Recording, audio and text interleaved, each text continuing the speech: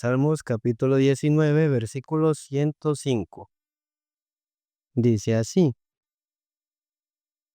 Lámparas a mis pies tu palabra y lumbrera mi camino. Un solo versículo por ahora. Cuando uno está en alguna instalación o casa o cuarto, normalmente ¿dónde es que busca instalar la luz? ¿En un lugar bajo o en un lugar alto? En un lugar alto, para que la luz cuando se proyecta hacia abajo ilumine en la mayor cantidad posible. Pero si uno tiene la luz, pero pegada a los pies, ¿qué tanto es la visibilidad? Es muy corta, es muy difícil. Pues, pero la palabra dice que es como una lámpara a los pies. Entonces, en esta vida, uno usualmente quisiera saber todo el camino que va a recorrer, como desde dónde hasta dónde, cómo va a ser, cómo va a llegar. Básicamente que la luz esté puesta en el camino de salida o esté puesta en lo alto. Pero la palabra es la lámpara a los pies. Entonces quiere decir que uno puede ver claramente el fondo del camino o no tan claro, no se ve tan claro. Pero mientras uno va caminando y va dando los pasos, el camino poco a poco se va haciendo más claro. Pues en nuestra vida hay muchas cosas que no conocemos, que van a pasar, cómo va a suceder. Pero mientras una persona confiando en Dios vaya dando los pasos, ¿quién va a ir alumbrando el camino por donde debe de ir? Dios mismo va a ir alumbrando. Por eso dice que es una lámpara. No es algo que uno vea, sino que uno para poder dar los pasos, ¿en quién debe confiar primero? ¿Ustedes han jugado gallinita ciega, tal vez? ¿Cómo se jugaba? Había un jugador que, ¿qué hacía con los ojos? Se los vendaba. Bueno, él tenía que atrapar a los demás, según yo me recuerdo. Pero sin ver nada es muy difícil caminar y uno se golpea con la mesa o con la silla, etcétera. Entonces, como si la lámpara está a los pies, no hay un camino tan visible, pero confiando en el Señor puede ir avanzando. Pues en esta vida uno quisiera conocer cómo va a ser toda su vida, pero ¿quién es el único que conoce? Sobre el Señor. Y mientras uno va dando los pasos, entonces Dios comienza a dirigir el camino. Una persona, por más que sea creyente, ¿le llegan aflicciones o no le llegan? Le llegan.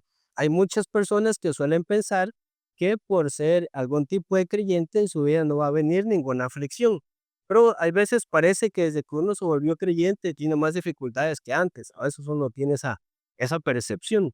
Pero las aflicciones que uno tiene son aflicciones que a uno finalmente le puedan vencer o no le pueden vencer. A veces uno siente que sí, pero la palabra dice que junto con la tentación que llega también la salida. Eso en el libro de Hebreos, capítulo 10, Hebreos, capítulo 10, versículos 38 y 39. Mm, Hebreos 10, versículos 38 y 39. Dice, mas el justo vivirá por fe. Primero hasta aquí. Entonces, el justo, ¿cómo vive? Por fe. Pero ¿cómo es vivir por la fe? Ejemplo, levante la mano el que vive por la fe o vivió por la fe esta semana. Más o menos. Sí, pero ¿quién más ha vivido por la fe de esta semana? No, porque ¿qué concepto tiene uno que es vivir por la fe? Por ejemplo, ¿ustedes qué piensan? Dice, el justo vivirá por fe. Entonces, para nosotros, ¿qué es vivir por fe? La confiar en el Señor, creer en el Señor. Es decir, confiar o creer aunque uno no necesariamente lo vea. Porque la palabra dice que la fe es la certeza de lo que se espera, es decir, confiar en algo que aún no tenemos. Y la convicción de lo que se ve o lo que no se ve, de lo que no se ve. Pero el ser humano en su naturaleza tiene el ver para creer. Pero la palabra es creer para ver. Entonces nosotros muy naturalmente, al ver una situación mala, ¿cómo nos sentimos?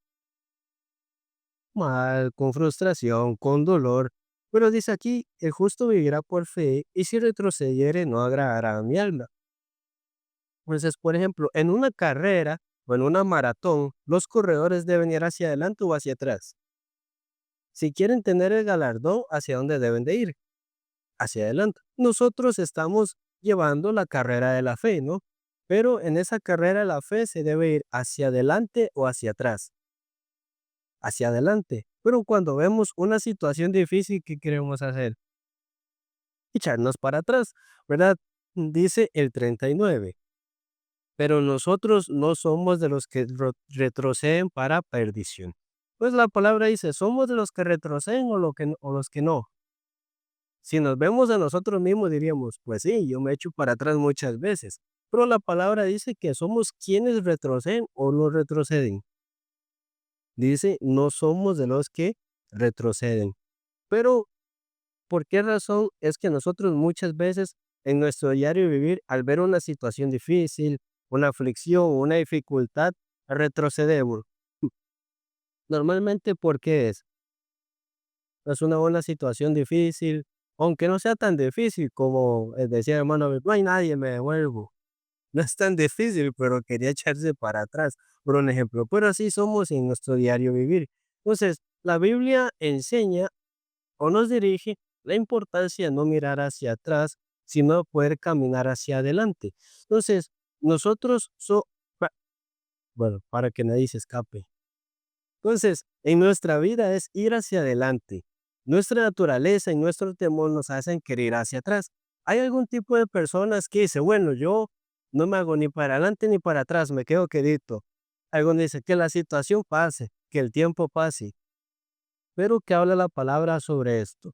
Dice el libro de San Lucas, capítulo 9, San Lucas, capítulo 9, versículo 62. San Lucas 9, capítulo 9, versículo 62. Dice así, y Jesús le dijo, ninguno que poniendo su mano en el arado mira hacia atrás es apto para el reino de Dios. Un solo verso. Pues Jesús dice que el que estando en el arado mira hacia atrás no es apto. Entonces, cuando una persona va arando, ¿qué pasa si mientras va arando a cada rato comienza a ver para atrás? El arado le comienza a quedar chueco. Pues mientras, por ejemplo, ustedes pueden intentarlo, ustedes van pegando pedazos de cinta, si cada rato comienzan a ver para atrás, se van a ir torciendo cuando van hacia adelante. Entonces, nosotros usualmente vemos nuestra vida pasada, nuestras cosas pasadas con nuestros defectos, por decirlo de alguna manera, viendo hacia atrás. Pero si alguno solo ve hacia atrás, el arado que queda para adelante se va torciendo. Entonces, aunque cada quien ha tenido su estilo de vida, haya tenido sus pensamientos, cuando Cristo llegó a nosotros, nos hizo una nueva criatura o una vieja criatura. Entonces dice, todas las cosas viejas siguen o pasaron, pasaron. Pero cuando uno piensa, no sigue, entonces uno queda viendo para atrás. Pero mientras pasa viendo para atrás del arado, se comienza a desviar. Y, por ejemplo, por lo menos en nuestro seminario, en nuestra misión, cuando una persona entra al seminario, no tiene trabajo secular, sino que enteramente vive como misionero. Entonces, si tiene alguna necesidad, alguna dificultad, orando a Dios, tiene que recibir la contestación. No puede ni debe insinuar su necesidad, sino nada más buscando a Dios debe recibir la contestación. Había una persona que era muy bueno vendiendo zapatos. Y entonces él vendía mucho más que sus otros compañeros, entonces su jefe estaba muy contento porque le producía ventas. Pero este muchacho recibió el llamado del Señor para entrar al seminario, pero el dueño no quería que él se fuera. Pero entonces le decía, bueno, vea, si usted en ese seminario no le va bien, entonces se regresa. Entonces, él entró al seminario. Entonces, en el seminario, ves, uno pasa aflicción, exhortación, corrección, regaño, porque es parte de la formación. Pero, por ejemplo, cada vez que él veía el camino difícil, en su corazón, ¿qué se acordaba? Bueno, si me va mal, me regreso a la tienda de zapatos. Pues, mientras en ese camino, o mientras en esa senda tenga dos caminos, su camino va a ir directo o va a ir torcido. Porque si una persona entra al seminario para vivir sirviendo al Señor, debería tener solo ese camino o varios caminos. solo ese. Igual en nuestro diario vivir, la palabra dice que Jesús es el camino, solo hay uno. Pero en nuestro diario vivir siempre hay muchos caminos. En el sentido que, bueno, si aquí Dios no me ayuda, yo uso tal manera. Si aquí Dios no me contesta, yo hago de tal manera. Entonces, mientras uno en su corazón tenga varios caminos aparte del Señor, uno siempre va a caminar desviado. Pero si uno tiene un solo camino, ¿cómo anda? Solo recto, nada más. Entonces, este muchacho que entró al seminario, como pasaba tiempos difíciles, se regresó a vender zapatos. Salió del seminario y volvió a vender zapatos. Pero ya no podía venderlos, ya la gente no le compraba. Entonces el dueño le dijo, no, veas que usted ya no vende igual que antes, vende menos que antes. Regrésese al seminario y lo devolvió al seminario. Pero cuando una persona en su corazón tiene varios caminos, siempre se va a torcer. Pues este muchacho cuando entró al seminario, aunque estaba en este camino, en su corazón, ¿dónde volvía a ver constantemente? Hacia atrás. Entonces, mientras iba caminando, ¿cómo se iba haciendo su arado? Se iba torciendo. En el libro de Filipenses, capítulo 3, versículos 13 y 14, Filipenses, capítulo 3, versículos 13 y 14,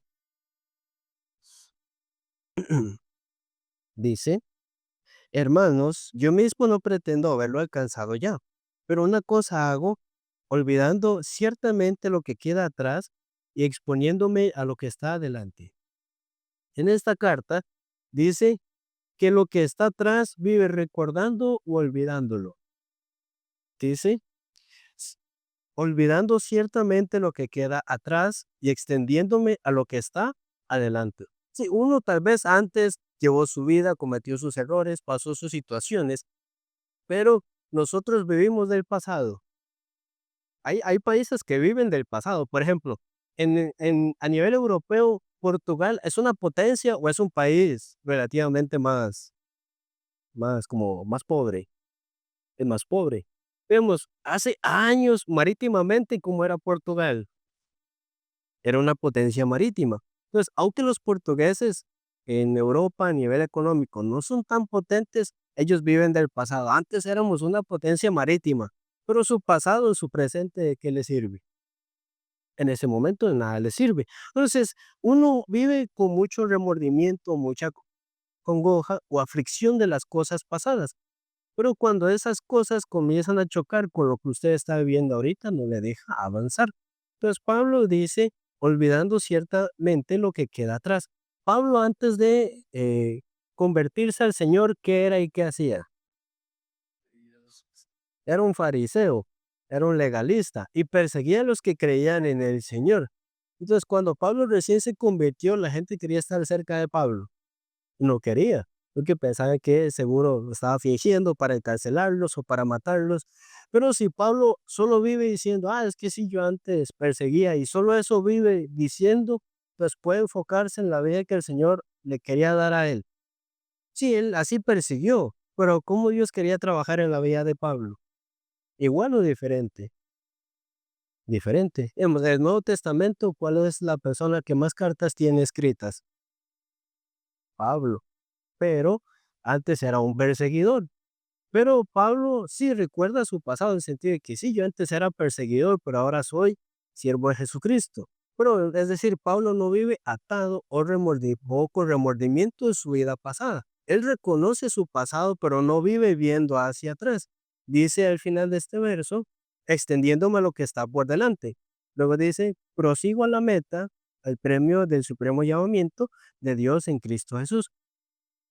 Entonces ahora él ya no pone sus ojos en cómo él era antes, sino donde pone su mirada, en la meta. Pues ustedes en su diario vivir ponen sus ojos en su pasado o en la meta.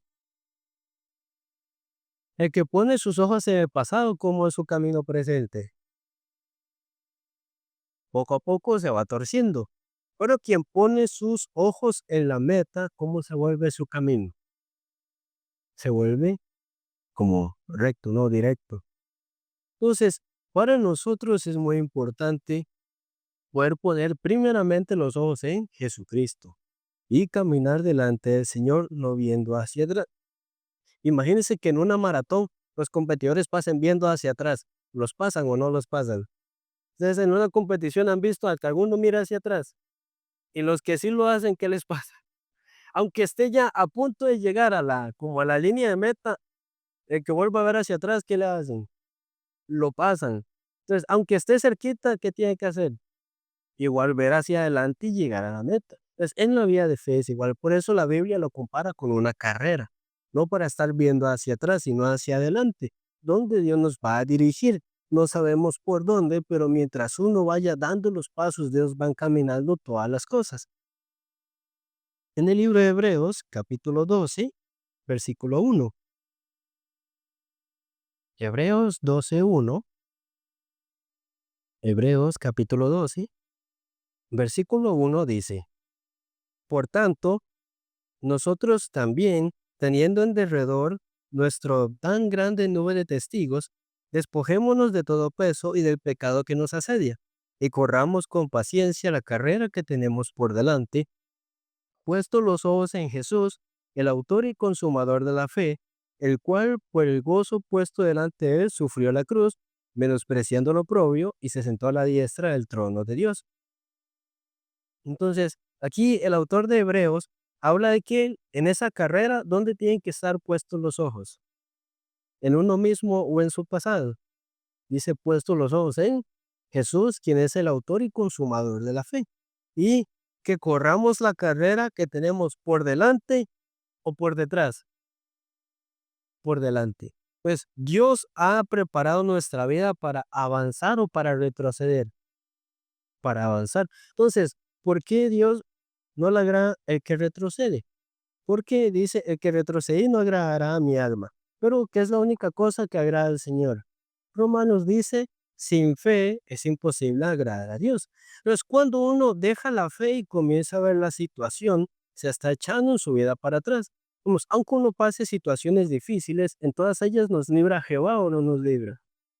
Nos libra. Aunque uno tenga carencias económicas o materiales, al final el Señor sustenta o no sustenta también. Pero cuando uno dice, no, yo creo que Dios no me va a sustentar, yo creo que Dios no me va a dar, mejor busco mi manera, si Dios no me contesta, si veo que Dios como que no me quiere responder, hago tal otra. Mientras uno tenga esas opciones en su corazón, está yendo hacia adelante o yendo hacia atrás. Entonces, si en una carrera de vallas dice, uy, no hay una valla y no la salta, puede ganar la carrera, tiene que saltarla. Hay algunos corredores que botan las vallas, pero igual siguen corriendo. Entonces, aunque botó la valla, deja de correr. No, digo, si botó la valla, se vuelve al inicio. No, sino que sigue. Pues en nuestra vida siempre hay situaciones, nunca van a dejar de venir, pero nuestra carrera es hacia adelante. Si uno se tropezará, uno se chocará con alguna valla, pero nuestro camino y nuestra carrera, ¿quién la va dirigiendo en todas las cosas? El Señor. Entonces, si el Señor quiere que avancemos en nuestra vida, ¿quién es el que quiere que retrocedamos? El enemigo. Entonces, por ejemplo, Dios le dice a Adán y Eva, no coma, es Satanás que le dice, coma. Entonces, y Dios les dice, van a morir, Satanás que les dice, no van a morir. Entonces Dios dice, avance, y Satanás que dice, no avance. Siempre es así en nuestra vida. Pero hay quien toma la palabra y hay quien toma ese pensamiento. Entonces, y nuestra vida no es de tomar los pensamientos de Satanás, sino de tomar el pensamiento del Señor. Nosotros debemos tener el filtro espiritual. Entonces, cuando uno filtra el agua, ¿qué hace el filtro? Separa las impurezas. Entonces, espiritualmente, nosotros teniendo ese filtro, ¿qué es lo que debemos separar? Lo que viene de Dios y lo que no viene de Dios. Que muchas veces tomamos lo que no viene de Dios. Pues Satanás dice, quédese quieto, hágase para atrás, pero el Señor ¿qué hace? Muévase. Entonces, ese corazón de no querer dar los pasos, ¿quién lo pone? O ese corazón de no querer avanzar, ¿quién lo pone? Es cuando conocemos que es quien quiere desviarnos, podemos caminar hacia adelante.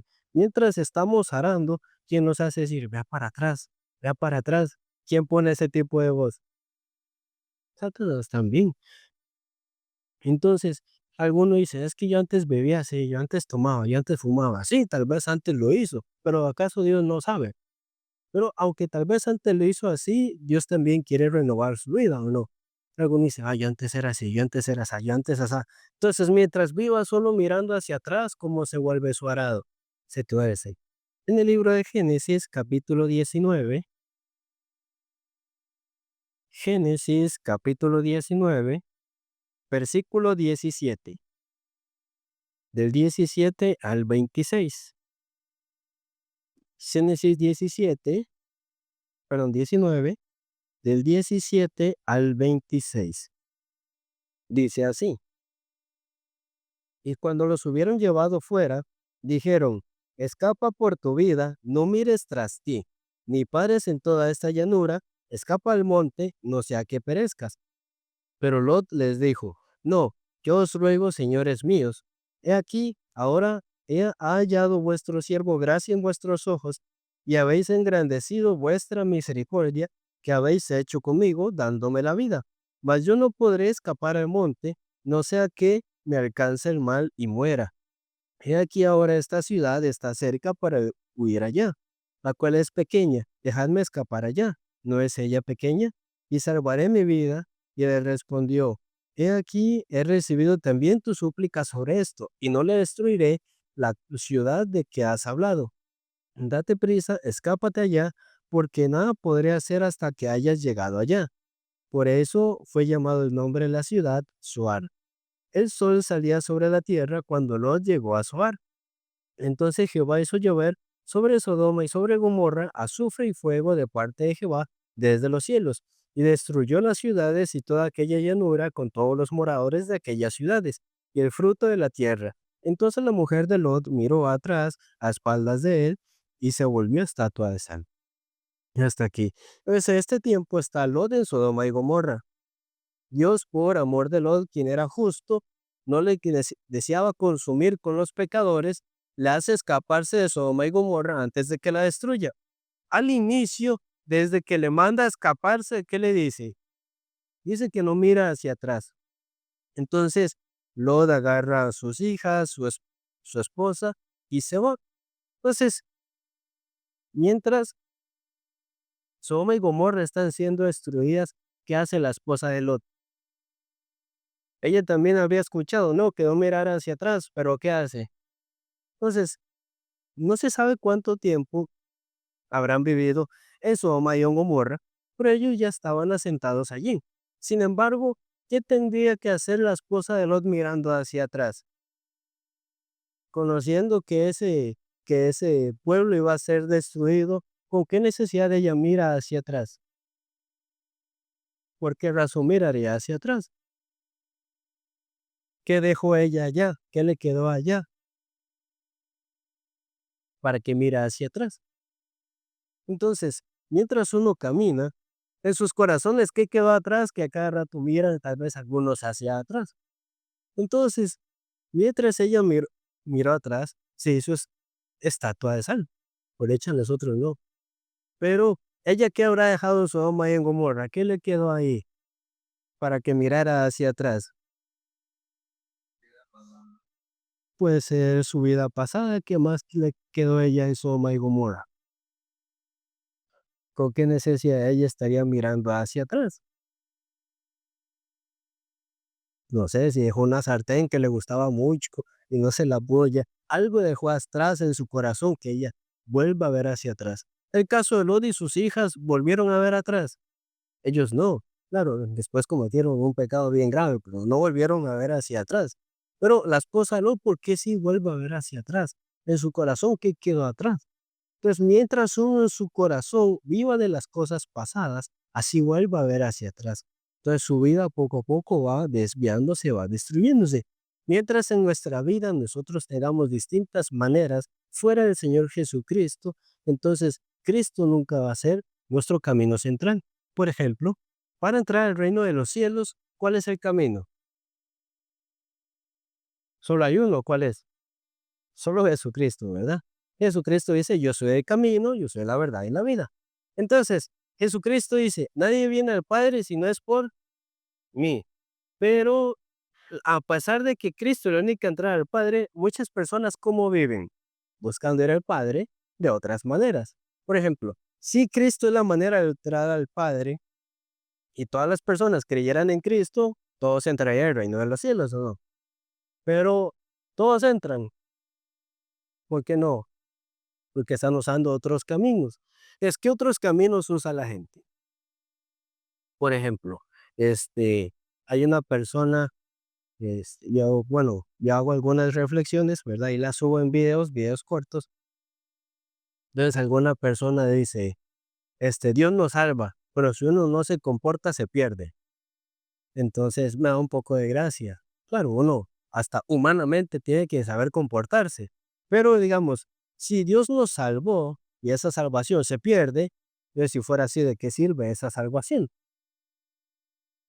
O algunos dicen, no, hay que cumplir los 10 mandamientos. Ok, por ejemplo, usted había cumplido los 10 mandamientos. ¿Se lo sabe? Ni se lo sabe. Lo que usted puede estar, bueno, aquí, ¿quiénes son enojones? Bueno, Dana siempre levanta la mano. ¿Quiénes se enojan con facilidad? Bueno, 2, 3, okey, bueno, 4. Bueno, ustedes 4 pueden estar sin enojarse ni una sola vez por 2 semanas. Bueno, por una. No, okey. Bueno, aquí, ¿quién es mentiroso? Porque nadie levanta la mano. ¿Quién men Ya me mintieron sin levantar la mano, y todos son mentirosos, ya sea mentira blanca o no, pero ¿quién puede pasar una semanota sin mentir? Okey. Aquí, ¿quién normalmente tiene pensamientos negativos y de tristeza constantemente? Ay, pero la palabra dice: "Tenga buen ánimo", ¿no? Y tenga esperanza. Entonces, el ser humano naturalmente, o sea, en sus obras es completamente perfecto, que no se equivoca. No. La misma Biblia dice en Eclesiastés: "No hay justo sobre la tierra que nunca peque". Entonces, algunos dicen: "Hay que cumplir la ley", pero la ley era para cumplirse. Okey, si la ley fuera para entrar al cielo, entonces, ¿para qué hace falta que venga Jesús? Pero mediante uno ver que no puede cumplir la ley delante de Dios, uno llega a Jesucristo finalmente. Y de todas las maneras, Cristo es el único camino. Entonces, mientras una persona no confíe en el Señor, siempre se va a desviar. Entonces, supongamos que una persona tiene una situación en su trabajo o en su estudio. Dice, yo confío en Dios que me va a ayudar así, así, así. Pero pasa el tiempo y dice, ¿y será que Dios me ayuda o no me ayuda? Bueno, por si acaso no me va a ayudar, entonces yo voy haciendo este camino. Entonces, mientras su corazón esté así dividido, va a poder ver la respuesta del Señor. Porque, ¿qué dice Santiago? Si tiene el corazón como las ondas del mar, ¿y cómo son las olas del mar? Cambiantes. A veces tiene fe, a veces no, a veces está bien, a veces está mal. Si una persona tiene un corazón así, ¿puede ver la contestación del Señor? No puede. Entonces, el Señor no nos manda a ver hacia atrás, nos manda a ir hacia adelante. Y mientras uno va avanzando, ¿quién va enderezando el camino? Puede que antes uno tuvo un camino torcido, pero el camino por delante, ¿quién lo endereza? En el libro de Jueces, capítulo 20, libro de Jueces, capítulo 20, Jueces, capítulo 20, versículo 39 al 41. Jueces 20, del 39 al 41.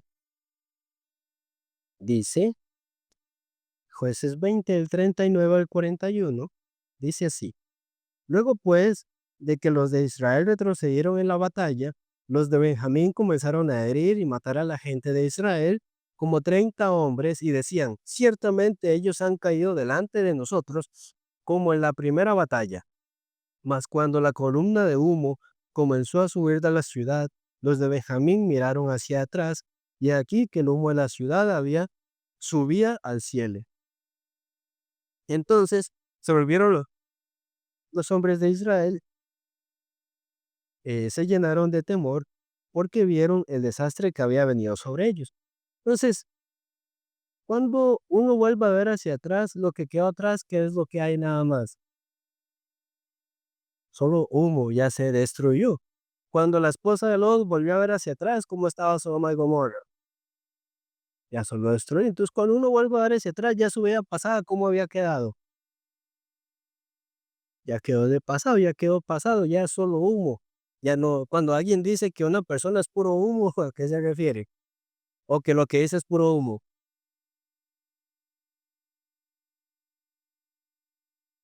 O por ejemplo, cuando uno está haciendo un evento como el que recién tuvimos, entonces hay tantos inscritos, pero todos los inscritos participan, ¿verdad que no? Entonces hay que filtrar los inscritos que sí participan de los que no. Entonces, cuando una persona da un reporte, ¿cuál reporte debería dar? ¿El reporte de todos los inscritos o los que sí estarían asistiendo? Los que sí estarían asistiendo para preparar la logística en base a eso, y si se agregan, nada más acomoda. Pero, por ejemplo, hay un evento y se registran 1000 y llegan 500. Entonces, si se reporta ese humo de 500, ¿qué pasa con toda la inversión que se hizo?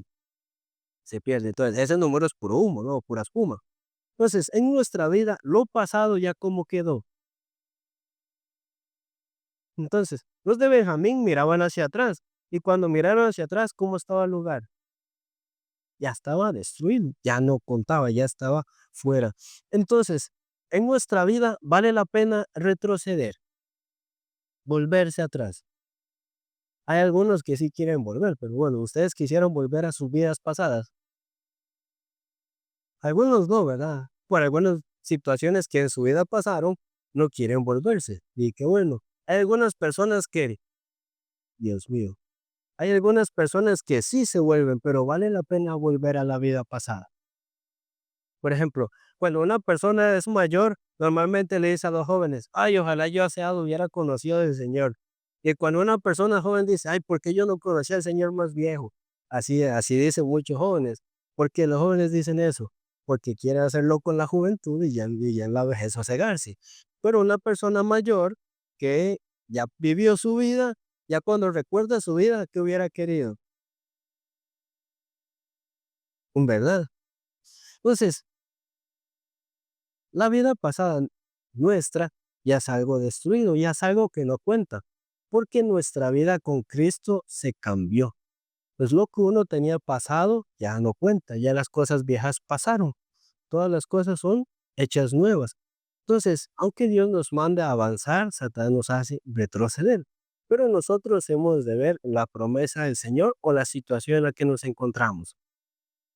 Si a veces uno está en una situación muy difícil y quiere hacerse para atrás, pero cuando en esa situación difícil uno aprende a confiar en el Señor, esa situación difícil no solo se queda como aflicción, sino que en su vida se queda como testimonio. Entonces, en el libro de Santiago, capítulo 4, Santiago 4:4,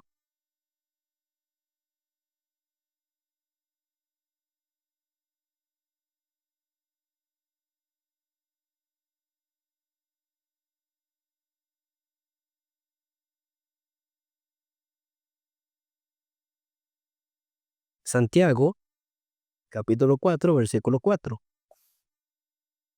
dice así: Oh almas adúlteras, ¿no sabéis que la amistad del mundo es enemistad contra Dios? Cualquiera pues que quiera ser amigo del mundo, se constituye amigo de Dios. Entonces aquí, ¿cómo inicia ese verso? ¿Cuál es la primera frase? Una frase fea, ¿verdad? Dice, oh adúlteras, dice. Pero no solo se refiere a mujeres, sino a hombres y mujeres por igual. ¿En qué sentido? Porque haya hombres y mujeres, espiritualmente, ¿qué somos de Cristo? La novia, todavía no la esposa, pero la novia de Cristo. Eso somos espiritualmente. Cristo es el esposo. Pero, ¿cómo dice Santiago en este verso? Dice adúlteros. Entonces, ¿cómo es una persona adúltera? ¿Qué hace una persona adúltera? No me digan como alguien que yo le preguntaba, ¿qué es una persona adúltera? Adulterar. ¿Lo que hace una persona adúltera? Ah, ¿qué es ser infiel?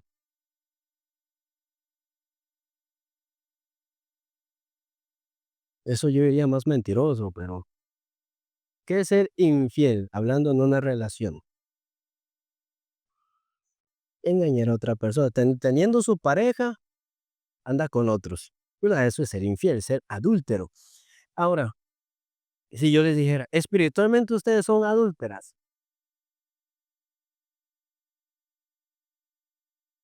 algunos quieren decir sí y no saben, otros de plano dicen que no, pero a ver, Dani, usted es adúltera, espiritualmente, ¿verdad? ¿Por qué?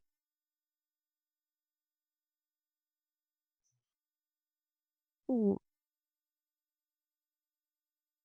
ok. David, usted es adúltera. Sí. Nayem, si su novio es Cristo, usted es adúltera. ¿Cómo? Sí, sí, de algo, a eso me refiero. Yo sé que aquí nadie es así, obvio, ¿verdad? Entonces, por ejemplo, ¿por qué nos llama adúlteras? Si Cristo es el novio, ¿con quién deberíamos estar? ¿En quién deberíamos confiar? ¿Con quién deberíamos dialogar? Pero en vez de dialogar con Cristo, conversar con Cristo, estar con Cristo, ¿dónde estamos? Aquí el verso mismo dice, cualquiera que, pues, que quiera ser amigo del mundo se constituye enemigo de Dios. Muchas veces queremos estar en el mundo, confiar en el mundo, hablar con el mundo.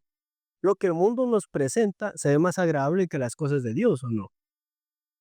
Entre salir a comer, pasear, ver el teléfono, leer la Biblia, ¿cuál prefieren? Naturalmente, ¿no? Entre, no sé, compartir el evangelio con alguna persona o chismear con una persona, ¿cuál prefiere la gente? Chismear, ¿o no? Entonces, en vez de hablar de cosas de Dios o hablar las cosas del mundo, ¿qué hace más la gente? Entonces, cuando tiene tiempo, pero piensa, ay, qué lindo era la iglesia, qué lindo escuchar la palabra, piensa, uy, ¿cuándo voy a pasear? Y que hago esto, que hago lo otro. Usualmente la gente que piensa. Entonces, en nuestro diario vivir, ¿qué se manifiesta? ¿Nuestro centro es Cristo o no? No lo es. Por eso Santiago dice, oh almas adúlteras, no dice adúlteras, dice almas adúlteras, ¿verdad? Porque nuestro corazón no está con el Señor. Entonces, si Cristo es el novio nuestro, por ejemplo, a ver, ¿cómo se llama? Oh, se me olvida su nombre. Sí, sí, el suyo. Así, sí. Sí. Ok. ¿Usted cuánto tenía con ella? Como 10 años, ¿no? Ok, bastante. Entonces, bueno, normalmente cuando una pareja está recién juntada, siempre quiere estar junta, ¿no? Y ya cuando el tiempo pasa, o sea, sí, pero ya no es una, como un apego ansioso como antes. Pero digamos, antes, digamos, cuando estaban recién saliendo juntos, la mayoría del tiempo, ¿qué pensaba? Digamos, verla y estar y conversar. Pero ya pasando 10 años ya no están igual. O sea, es el mismo sentimiento, pero de una manera diferente. Pero digamos, al principio es así, ¿verdad? ¿Por qué? Porque el cuerpo libera serotonina y oxitocina, que hacen que una persona quiera estar con su pareja, convivir con su pareja y demás cosas. Pero ya pasando 2 años, normalmente eso disminuye. Entonces, en algunas parejas no maduras, ya cuando la serotonina y oxitocina se cae, ya normalmente las parejas rompen entre 2 y 4 años. Algunos más maduros sí duran más independientemente de esto. Pero digamos, al inicio, digamos que, ¿qué tanto le escribía a él al principio?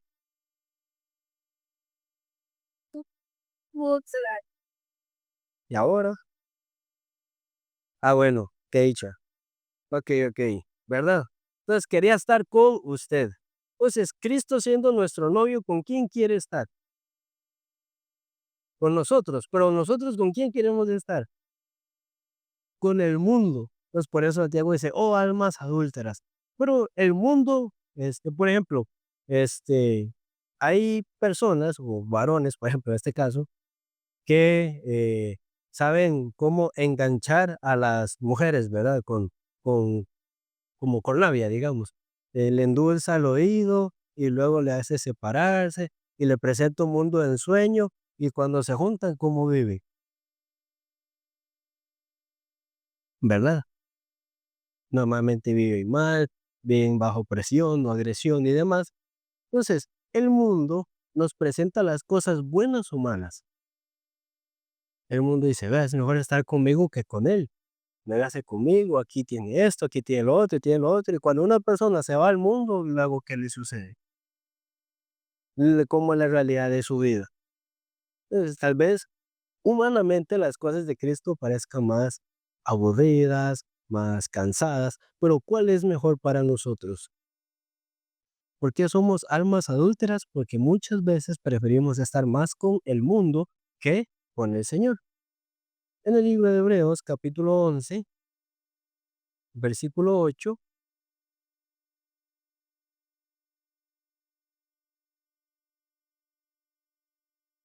Hebreos 11:8 dice: por la fe, Abraham, siendo llamado, obedeció para salir al lugar que había de recibir como herencia, salió sin saber dónde iba.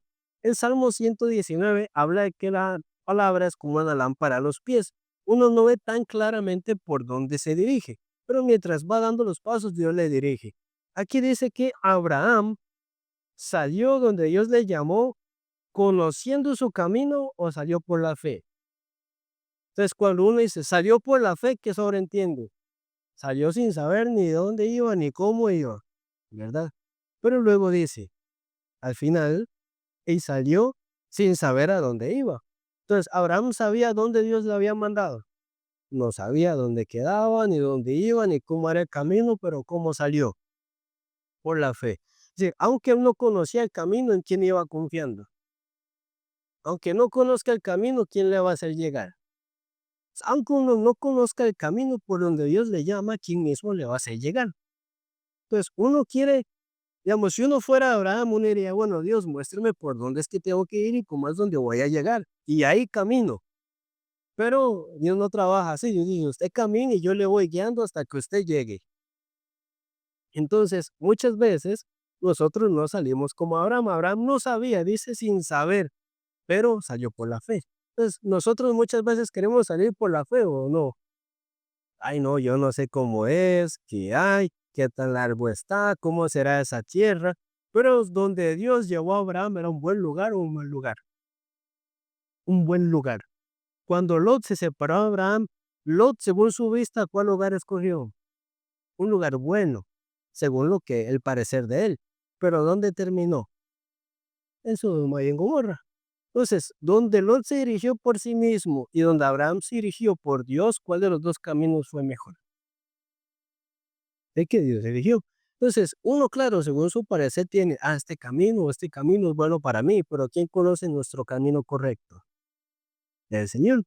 Entonces, aunque uno no sabe exactamente dónde va ni cómo va, pero si sale confiando en el Señor, ¿quién le permite llegar?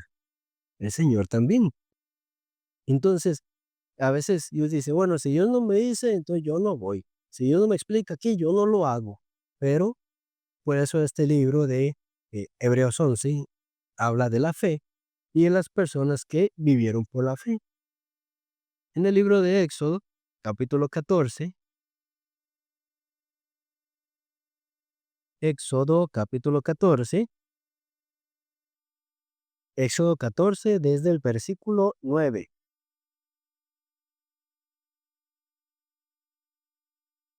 Éxodo 14 desde el verso 9 en adelante. Dice, siguiéndolos pues los egipcios con toda la caballería y carros de Faraón, su gente de caballo y todo su ejército, nos alcanzaron acampados junto al mar, al lado de Piairot, delante de Baal Zephón.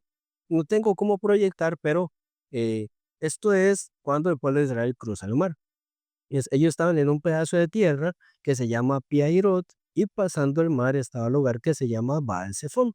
Y el camino era montañoso y solo había un camino que era por donde ellos llegaron. Es decir, no podían irse adelante porque estaba el mar, ni atrás porque venían los egipcios.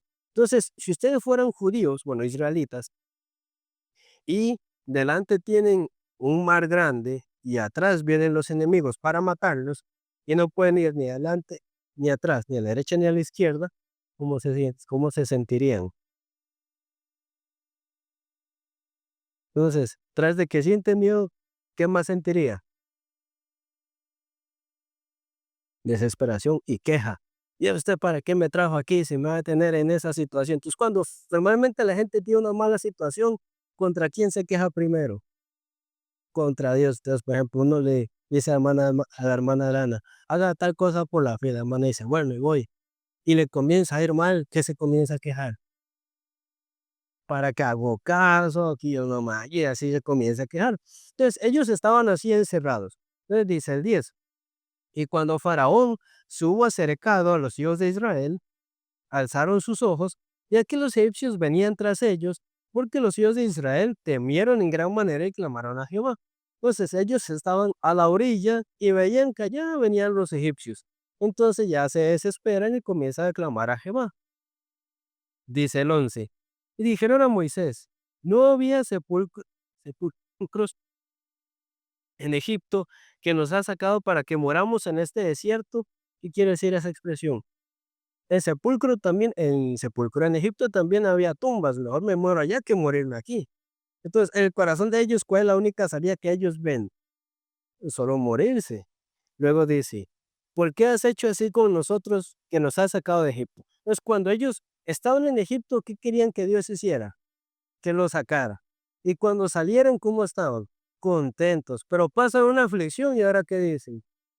¿Para qué me sacó de Egipto? ¿Quién le pidió que me sacara de Egipto? Así nuestro corazón se pone con el Señor muchas veces. Dice el 12, ¿no es esto lo que te hablamos de en Egipto, diciendo, déjanos servir a los egipcios? Israel les dijo que les dejaran servir a los egipcios. No, y ellos ya están inventando, como cuando decían que comían carne en Egipto. Eso son cosas que ellos inventan, pero ellos dicen, déjanos servir a los egipcios, porque mejor nos fuera servir a los egipcios que morir nosotros en este desierto. Ahora, ¿a ellos quién les llevó hasta ahí? Dios. Entonces, ¿quién los tiene que sacar de ahí? Dios también. Pero cuando ellos están en ese punto, se ve que confían que a Dios los van a sacar o hacen de cuenta que ya se murieron. Entonces, en su corazón, ¿dónde quedó el Señor? Ya no está. En el corazón de ellos no está el Señor. Pues, ¿cuándo se puede ver en una persona si en su corazón realmente estaba Dios o no? Cuando pasa una aflicción. Porque, por ejemplo, si todo el mundo vive bien, ¿cuántos no dicen palabras muy bonitas? Yo confío en Dios, y Dios es mi camino, y Dios es mis ojos y demás. Pero ¿cuándo es que se conoce si una persona realmente espera en el Señor o no? ¿Cuándo le va mal? Entonces, cuando una persona decía solo eso de boca para afuera, cuando le llega la aflicción, ¿cómo habla? Como los israelitas. Pero cuando una persona sí confía en el Señor, aunque tenga una mala situación, de su boca, ¿qué sale? La esperanza sale en la palabra, como los espías que fueron a la tierra prometida. Josué y Caleb que hablaban, sí, ellos son grandes, pero vamos a entrar y los vamos a poseer. Pero los otros 10 espías, ¿cómo hablaban? No, nos van a matar, son muy grandes, hablan diferente. Dice el versículo 13. Y Moisés dijo al pueblo, no temáis, estad firmes, y ved la salvación que Jehová hará hoy con vosotros, porque los egipcios de hoy, que hoy habéis visto, nunca más para siempre los veréis. Jehová peleará por vosotros y vosotros estaréis tranquilos. Entonces, ¿quién pelea por nosotros? Jehová, para que nosotros estemos como. Sí, tal vez tengamos mala situación, pero igual, ¿quién pelea por nosotros? Entonces, ¿quién es la persona que no puede vivir tranquila? La que piensa que tiene que pelear por sí misma. Entonces, si Moisés le dijera a los israelitas, bueno, y vayan a pelearse con los egipcios, ¿cómo van a estar los israelitas? Pero si Moisés les dice a ellos, Jehová peleará por vosotros, ya como el corazón de ellos puede ponerse tranquilo. Pues cuando una persona quiere luchar contra su familia, su esposo, su esposa, su hijo, su hija, o cualquier situación, vive tranquilo. No porque él es quien está luchando, pero si confía en que Jehová es quien va a pelear, puede descansar o no. Es que hay gente que dice, mi hijo no cambia, mi esposo no cambia, y yo me peleo con mi esposo y con mi hijo para cambiarlo a la fuerza, pero ¿se cansa o no se cansa?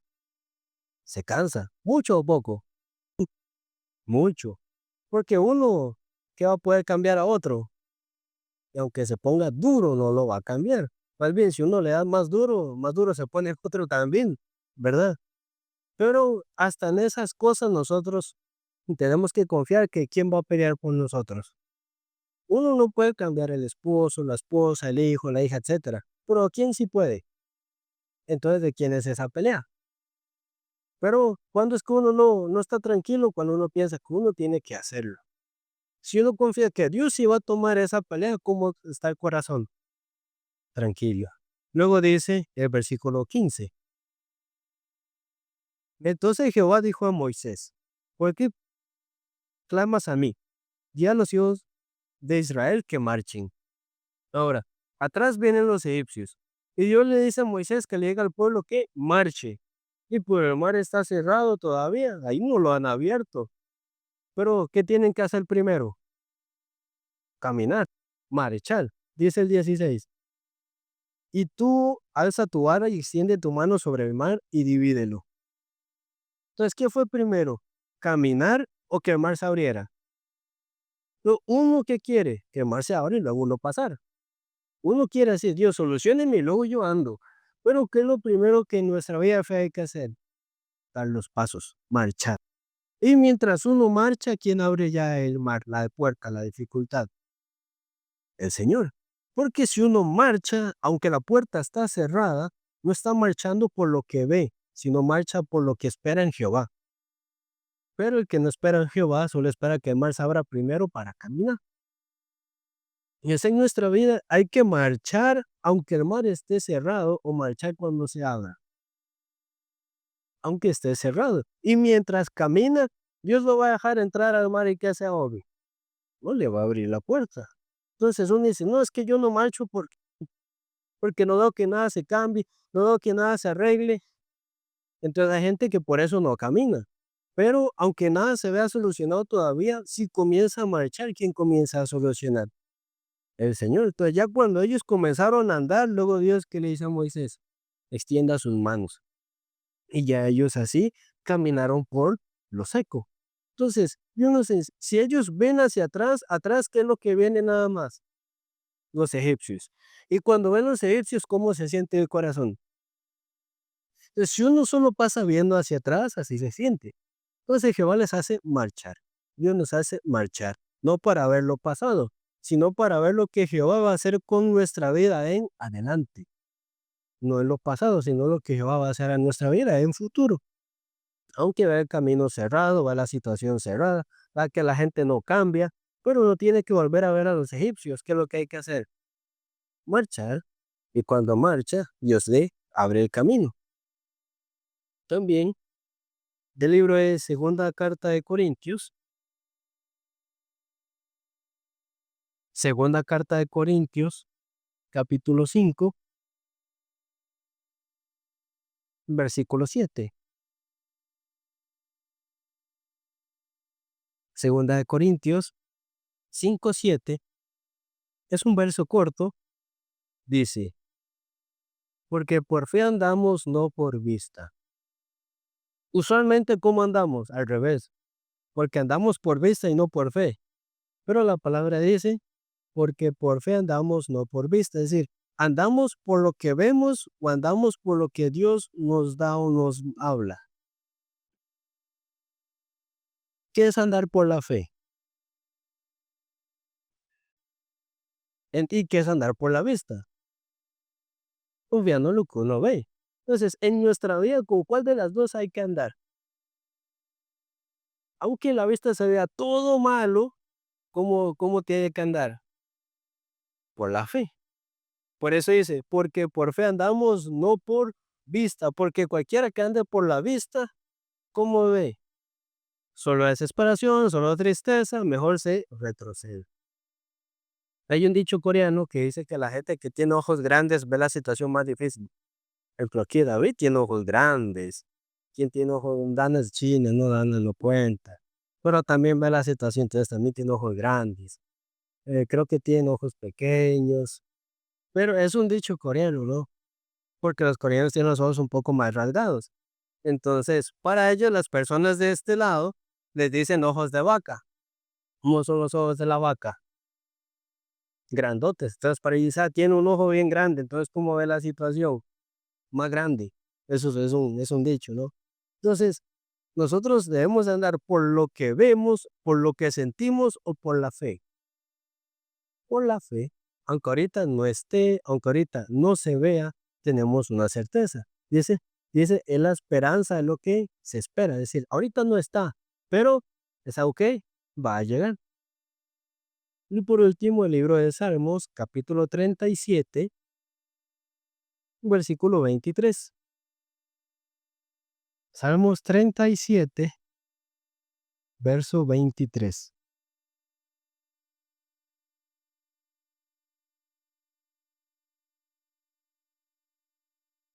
Salmos 37, 23 dice, por Jehová son ordenados los pasos del hombre, y él aprueba su camino. Entonces, el Salmo 119 dice que lámpara es a mis pies tu palabra. No se ve tan claramente. Abraham salió por la fe sin saber por dónde iba, pero mientras iba dando los pasos, ¿quién iba ordenando esos pasos? Dice, por Jehová son ordenados los pasos del hombre. Entonces, aunque uno no sepa por dónde vaya, ni que haya adelante, pero mientras camine, ¿quién ordena sus pasos? Jehová. Quien se queda quedito, Jehová puede ordenarle sus pasos. Quien se hace para atrás, Jehová puede ordenarle sus pasos. No puede. Aunque camine hacia adelante, aunque no vea por dónde, le cueste, pero mientras da los pasos, ¿quién lo ordena? Dice, por Jehová son ordenados los pasos del hombre, y él aprueba su camino. Luego también dice, cuando el hombre cayere, no quedará postrado, porque Jehová sostiene su mano. Sí, tal vez dando los pasos en algunos se tropiece o se caiga, pero no quedará postrado. ¿Qué significa? Como no se queda acostado en el suelo, porque ¿quién le va a sostener? Entonces, cuando una persona tiene esta certeza, aunque el mar se vea cerrado, aunque como la lámpara está a los pies, no se vea todo el camino, pero mientras doy los pasos, Jehová abre el mar y Jehová ordena mis pasos. Así Dios hizo con Abraham, hizo con el pueblo de Israel en aquel entonces cuando cruzó el mar. Entonces, cuando uno da los pasos, aunque no sepa dónde exactamente, pero ¿quién va ordenando por dónde va? Jehová. Tardo los pasos, no quedándose quedito, no hacia atrás, sino hacia adelante. Entonces Jehová va a ordenar nuestros caminos, no solo nosotros. La palabra dice en el libro de Hechos que cree tú y tu casa también serán salvos. Entonces, cuando uno también anda en el camino del Señor, Dios también en quien comienza a trabajar. Pues uno dice, no, es que mi tía tiene que cambiar, mi mamá tiene que cambiar, mi nieto tiene que cambiar, y puede que sí, pero primeramente, ¿quién tiene que avanzar? Uno mismo. Y cuando uno camina y Jehová ordena los pasos, Dios también de quién se acuerda, de los allegados de esta persona. Por eso, ah, por eso le dijo a, no, no era Nicodemo, ¿cómo se llamaba el de Hechos que recibió la salvación por Pedro? Cornelio. Le dijo a Cornelio, tú y tu casa serán salvos. Entonces, él creyó primero, luego la casa de él también. Entonces, uno sí, que a veces quisiera cambiar a otras personas y empujarle a otras personas, pero uno primero caminando por la fe, pues Dios también aquí comienza a cambiar en las otras personas también, pero primeramente uno. Y ese Dios va a ordenar nuestros pasos y a probar nuestro camino, y aunque nos tropecemos, nos va a sostener. Amén. Vamos a llegar hasta acá.